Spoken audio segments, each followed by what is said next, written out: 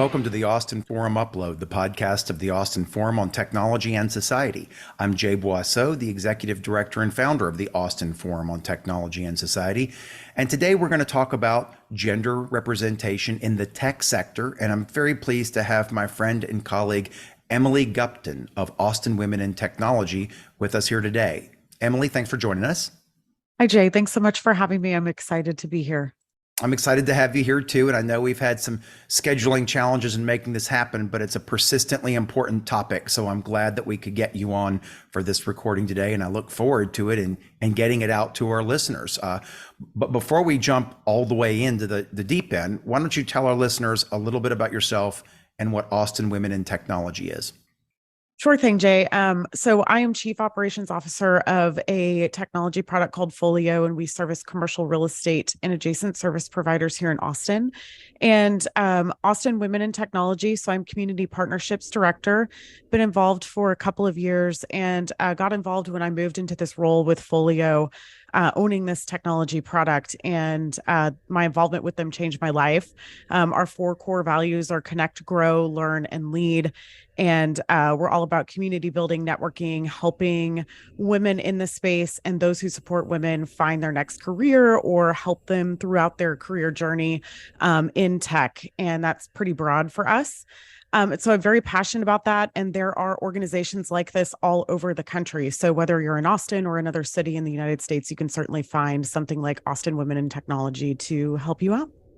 Great. I love the work that you guys do. Now we're going to dive into the actual problem, but I'm going to start with a softball question that's almost a devil's advocate question.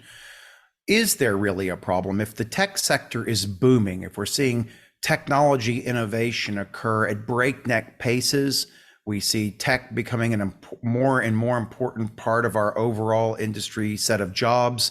We see certain companies reaching trillion-dollar valuations. I mean, one could argue the tech sector is very strong. So do we have a problem?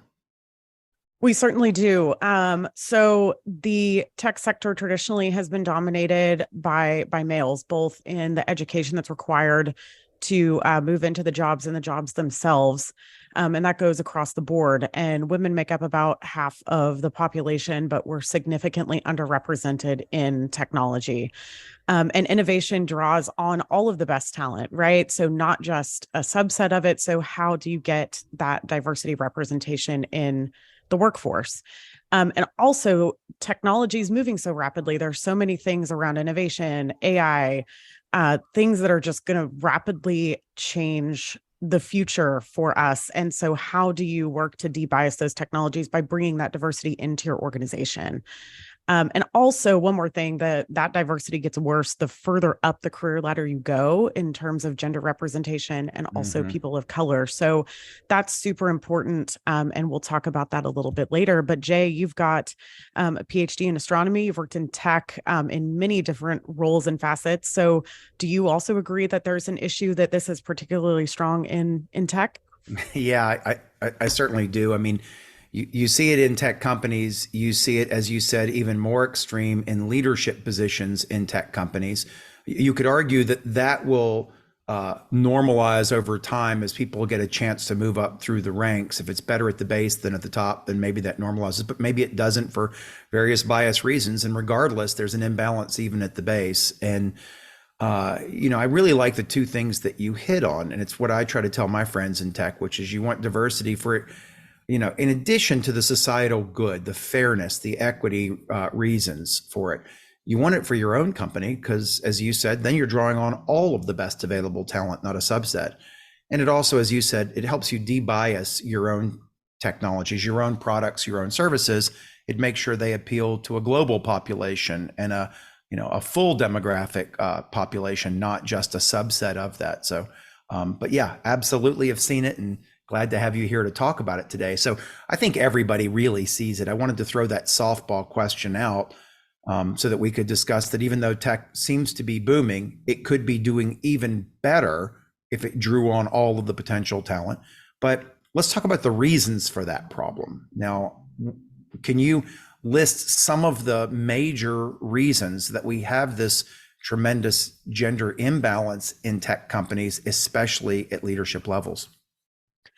Yeah, Jay. So there are many points along a person's path where there is breakdown. So it starts with the education pipeline, and that starts early on, all the way through if somebody goes to college, and then hiring practices and getting people into jobs, equal pay, employee retention, and then moving up the career ladder through leadership. All of those different facets have broken points for women and people of color. So let's start with education. So, STEM degrees and hard science degrees have been dominated traditionally by men. Some women are told at a young age, being a doctor, being a mathematician, being a scientist, that's too hard, right? And so that really changes the way that somebody thinks about themselves and their trajectory. And they may not pursue those degrees, even though they're very skilled in those areas. So, we've got to change that narrative early on in somebody's life. And then getting through college and those STEM degrees, how do we keep women going through those programs? In fact, women earn 50% of those social sciences and science degrees, but hold less of the jobs once they exit with those degrees. So that's super important to keep that moving forward. And then going into the workforce, right? So you've got hiring, applying for jobs, equal pay and retention. Men apply for jobs for which they are 60% qualified for, and a woman feels more comfortable at 90%. So how do we encourage those women to like apply for those positions, right? And then hiring and application pipeline processes are broken and biased. We've got to fix that. And of course, pay equity is still a problem. And Jay, I'd love to know if you'd like to elaborate on any of those points before I jump into the leadership advancement and what you've seen in your experience.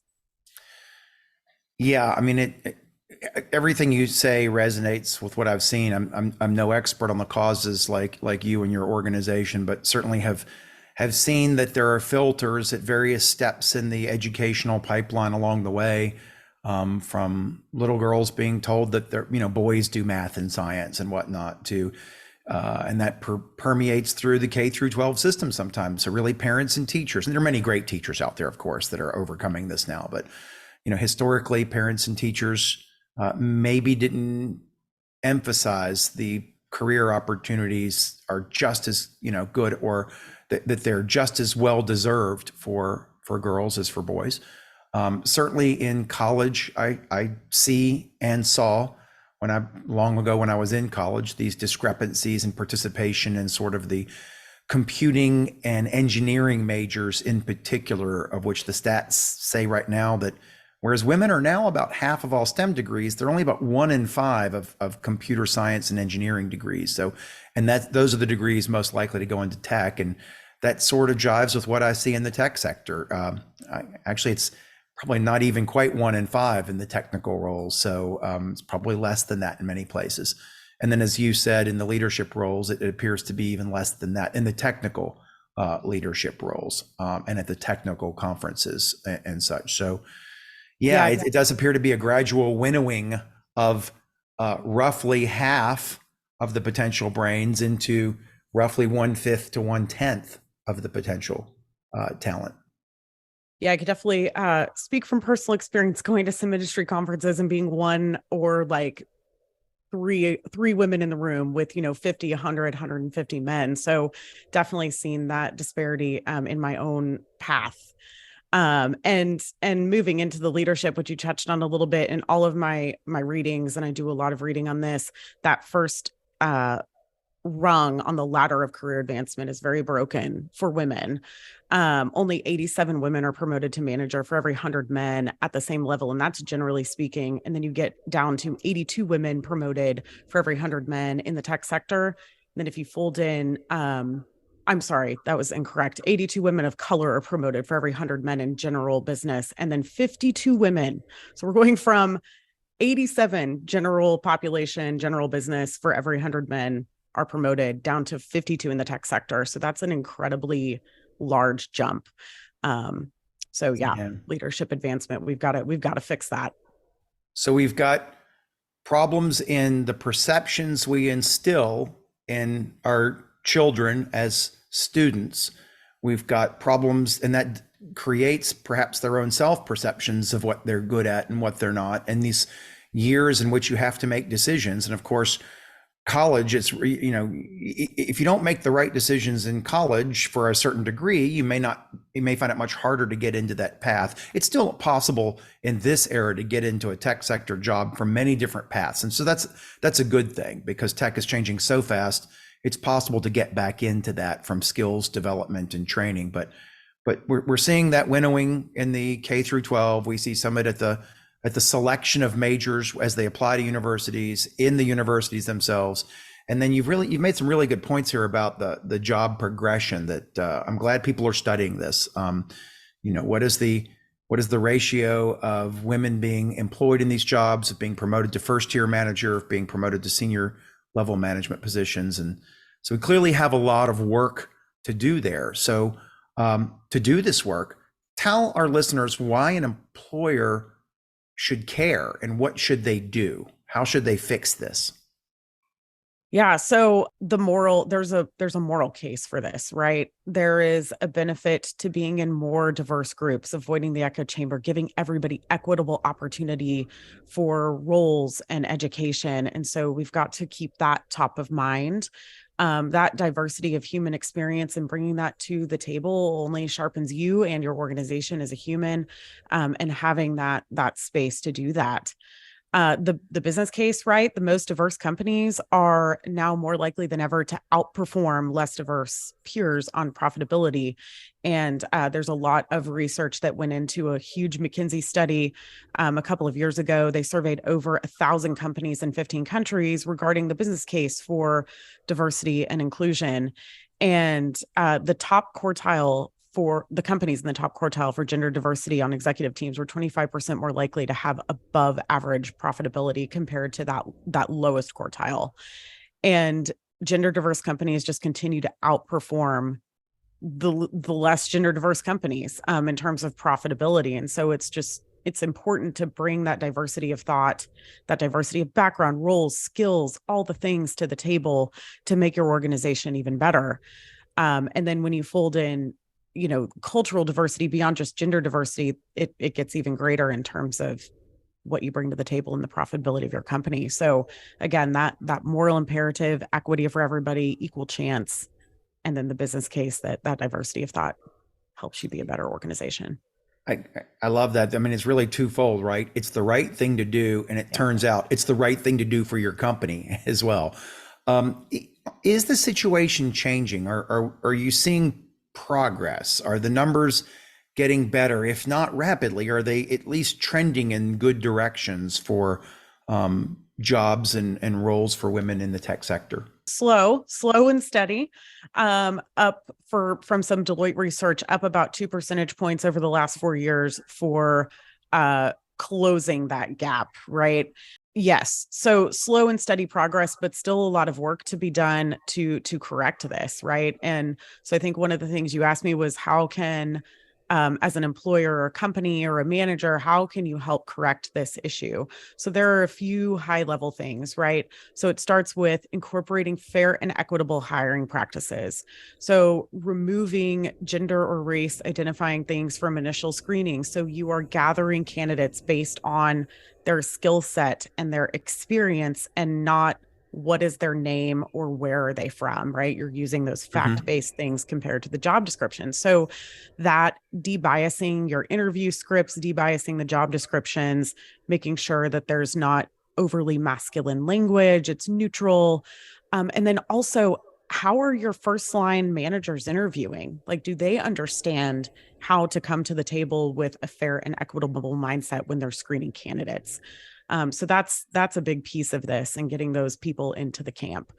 And then once you have these folks in your organization, you've got women in some great roles, you've got them in entry level roles, providing equitable access to training and support for that, providing mentors and role models, and then a strong internal process and procedure and structure that ensures that everyone has these equitable opportunities to work on their promotions and moving up the career ladder, learning new skills, making sure that everybody has equal access to that. So those are the 3 big things to do as a manager and an organization to help close this gender diverse gap. Okay, so I'm going to ask you a few more questions here, Yeah. Emily. There's clearly there's issues at various points in the pipeline, but you just gave some things that at the end of the pipeline, the employers can do to try to improve gender balance and diversity in the workplace.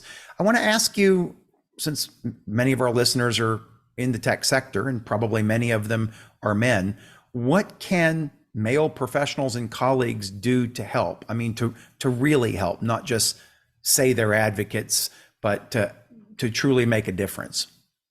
Yeah, I think it starts with really being an ally and looking around the table and looking around your interactions within your organization, calling out disparities when you see them, or calling out, hey, Emily over there, you're doing a great job. Like, let me shout out the work that you've done. Really help women shine through in what they're doing in your organization or on your team if you are a leader.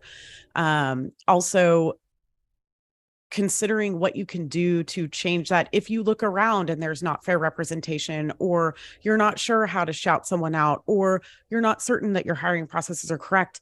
Take a minute and look at how you can make those changes, or run that up the ladder in your organization to say, hey, we've got an issue, we need to correct this. That could be something like finding or starting an ERG, or helping women start an ERG organization, an employee resource group organization specifically around women, or finding something like Austin Women in Technology in your community. We have a lot of our sponsors actually that AWT, Austin Women in Technology, is their ERG. And so their women join our organization to find that community, to find that networking, to find friends and allies in the space, and talk about the issues that they may encounter at work. So that's a great option as well. And then, be a mentor. Be a mentor to somebody if they ask for help, or offer your help, offer your knowledge to help that woman in the space advance in her career and become, move up the ladder. All right, great advice for men in the workplace to support increasing gender diversity and opportunity. What can women do to help improve things, not only for themselves, but for other women in the tech sector? Yeah. So I am so passionate about this piece, Jay. First and foremost, be an ally and an advocate of women in your space, right? I was recently speaking with someone, and this is just a quick example of, how we can shift the narrative to support. A woman that I was working with was trying to find women to be on this panel and speak on a technical topic. And all of the women that she went to in these labs, and I mean hard science labs, said, I don't feel comfortable doing that. My male counterpart's probably better at talking about this, even though that woman was 100% qualified, skilled, had all the Mm-hmm. things to bring to the table. And so, push that forward and say, hey, I really do think that you are the one that can take this opportunity to pull yourself forward in the community and show that you really do know and you are knowledgeable about this. So that's an example of like, let's support each other and pull each other up and be an ally of one another, right? Finding those organizations in the community like Austin Women in Technology and others to support women and find that allyship in the space. And finding community partner organizations. Jay, you guys are awesome at allowing us to be community partners of your organization. You guys focus on such technical topics. You bring so much to the table for our member base. And I love that you support diversity and gender diversity in these workplaces and just in general. That's also so important. And, women can't do this alone. We need the support of everyone and the folks who are at power to help dismantle some of this like infrastructure that's just kind of happened over time, and how do we make that even better. I appreciate the nice words about the Austin Forum there. We definitely do try to uh, promote diverse participation in our events, speakers at our events, and an advisory board, and even our team that executes the events.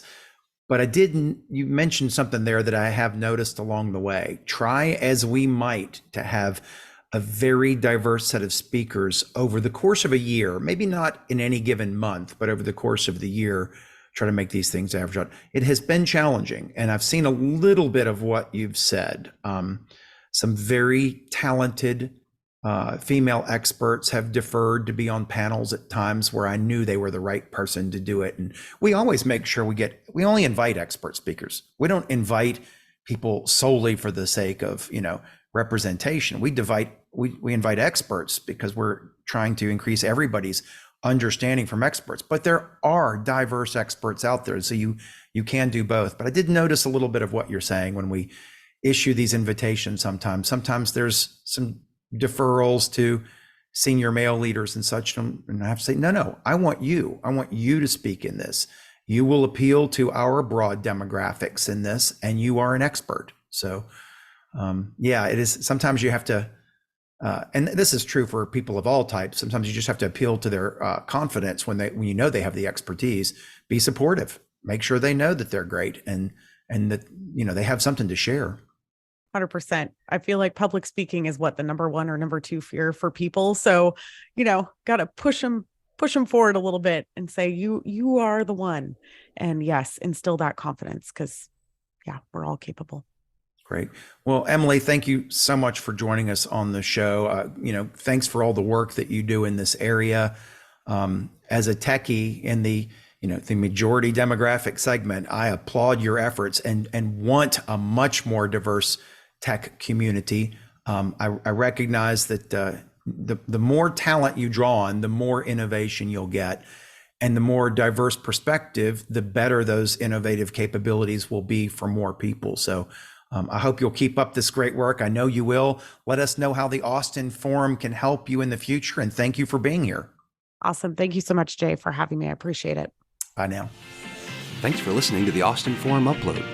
You can listen to additional episodes and check out a schedule of our monthly in-person events at austinforum.org. The Upload is a production of the Austin Forum on Technology and Society, a nonprofit organization here in Austin, Texas.